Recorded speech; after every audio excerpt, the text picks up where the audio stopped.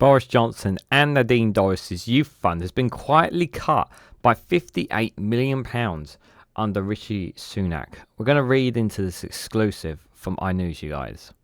Let's go.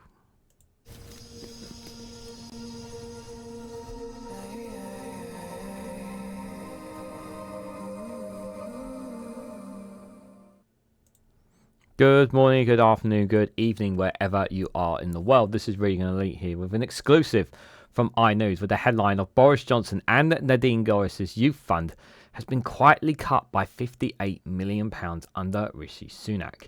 Nearly £16 million of the Levelling Up pledge funds has been returned to the Treasury. Guys, while you're here, make sure you hit the like button and share it across social media so others are notified of this video.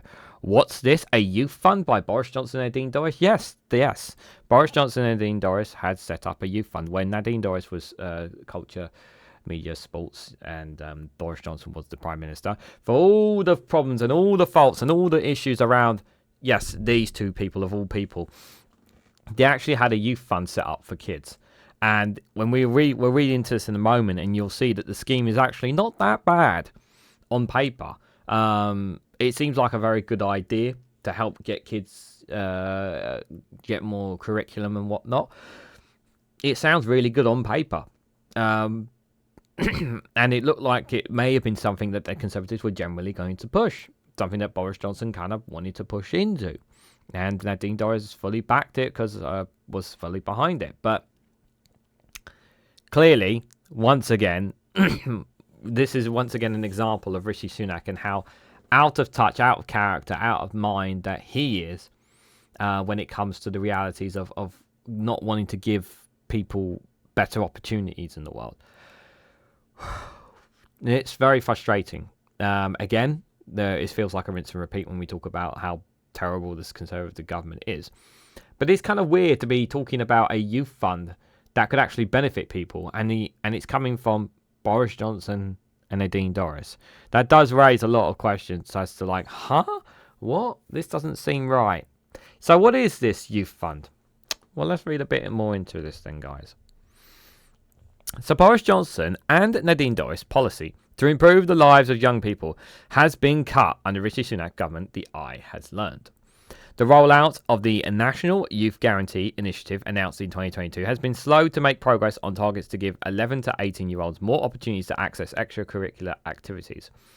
Youth groups with members including the Scouts and Girls Duties are now warning the government not to break its promise to young people and called on politicians to commit to the future of the project. Now, I suppose that another question somebody immediately is going to highlight it. It's like, will Labour commit to this project? The honest answer is we don't know. That's the honest answer, is we don't know,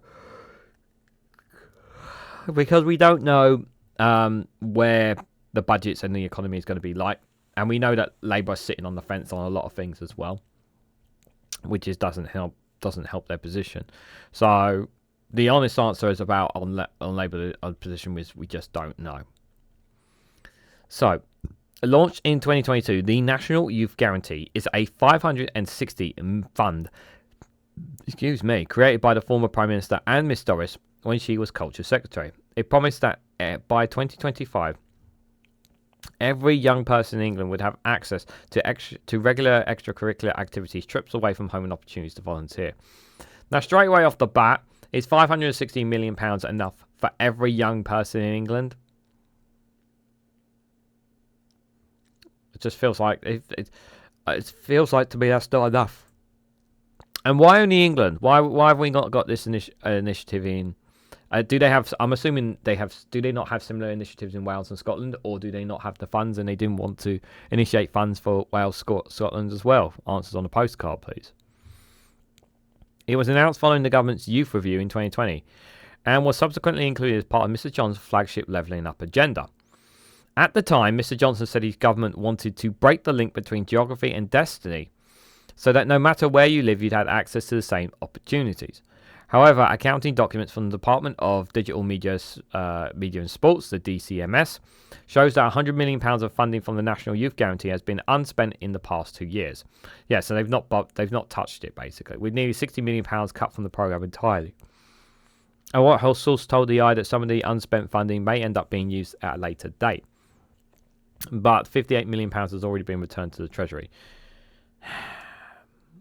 Yeah, so essentially, when Sunak come in, he's just like, no, I don't want to give any kids any opportunities. A third phase of funding is in doubt, with further spending on the youth project subject to review. This follows cuts to the National Youth Guarantee predecessor fund, which was slashed by £120 million as a new scheme was announced in 2022. The guarantee works through youth organisations applying for funding, often with hardware or large costs that couldn't afford otherwise, such as minibuses, electricals and apartment works. As part of the policy, the government had pledged to build or refurbish up to 300 youth clubs in the most deprived areas, hire 500 new youth workers and give 5,000 young people the chance to be mentored between 2022 and 2025. But questions were being raised over whether the targets will be missed, with only 44 youth clubs being given funding for renovation so far over 2 years into the scheme. A lot of youth clubs were shut down due to austerity as well. So that, to me, is... I'm surprised. I'm very surprised by something like this by Boris Johnson and Nadine Dorries. But I just feel like there's a catch somewhere that we don't know as well.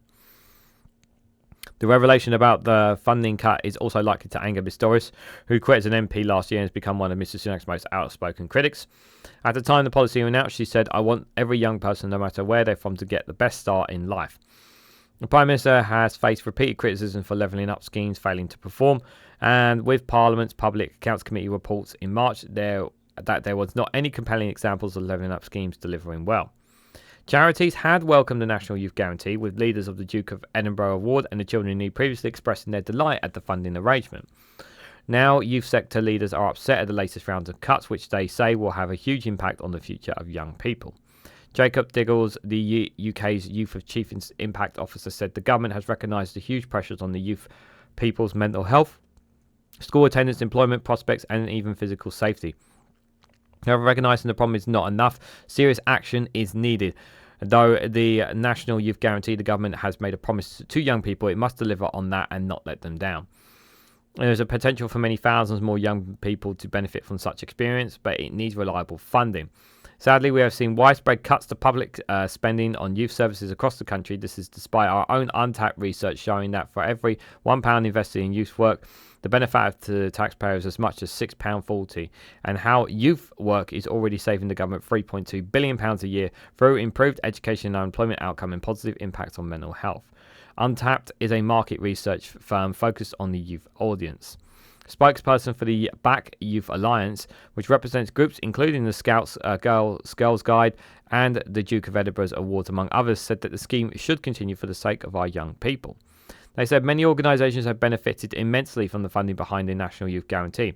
It has allowed new youth clubs and centres to be built, and the expansion of uniform youth groups, and giving more young people access to life, transformation opportunities and experience. This is great if this is the case.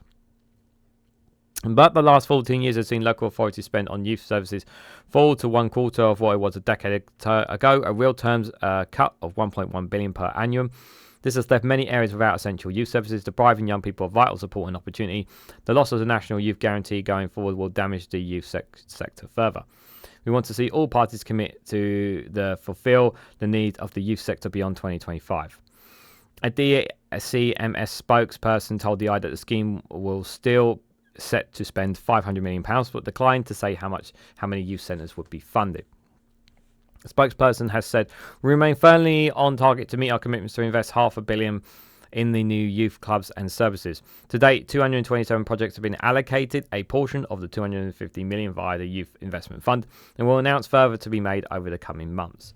So they are intending from that spokesperson, obviously, they are intending to keep to it to a certain extent. And I will say, obviously, this, as much as I despise Boris Johnson and Nadine Dorries, this is good. This is a good project, and you don't want a project like this to be put in jeopardy in any way, shape, or form. It looks like that Rishi Sunak may cut the funding for this, but we don't know that yet.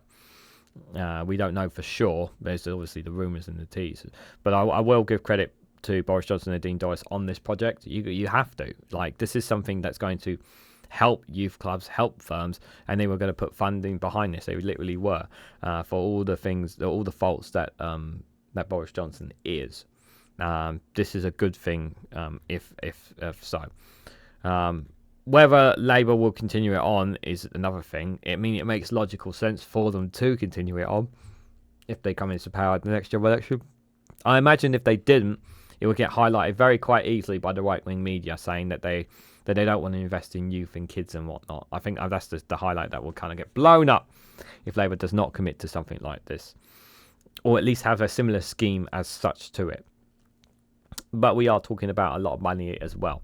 But yeah, these youth clubs and these communities, these for youngsters are really, really important. And as it says in the article, I absolutely agree. It does pay it back. It pays it back in the future, as well. So hopefully that will not get touched and it will continue. But with the fact that they're claiming that £58 million is cut, but spokesperson saying they're going to invest more. So what do you guys think? What do you guys make of this funding by Boris Johnson and Nadine Dorries? What do you make of Rishi Sunak may or may not be intentionally to cut it and has quietly cut £58 million already from it? The spokesperson said they're committed to it, but how committed are they? Time will tell. But let me know your thoughts about this story and more in the comment section down below. If you found this video informative, please hit the like button. We greatly appreciate it. Share this across social media so others are notified of this video. And subscribe, because it really does help support the channel. And if you want to go one step further, financially support me and the work that I do here, you can do so by becoming a YouTube member for as little as 99p. Or join me on Rumble, Patreon or Facebook for exclusive content there as well. So thank you all so much for watching. I hope to catch you all very, very soon.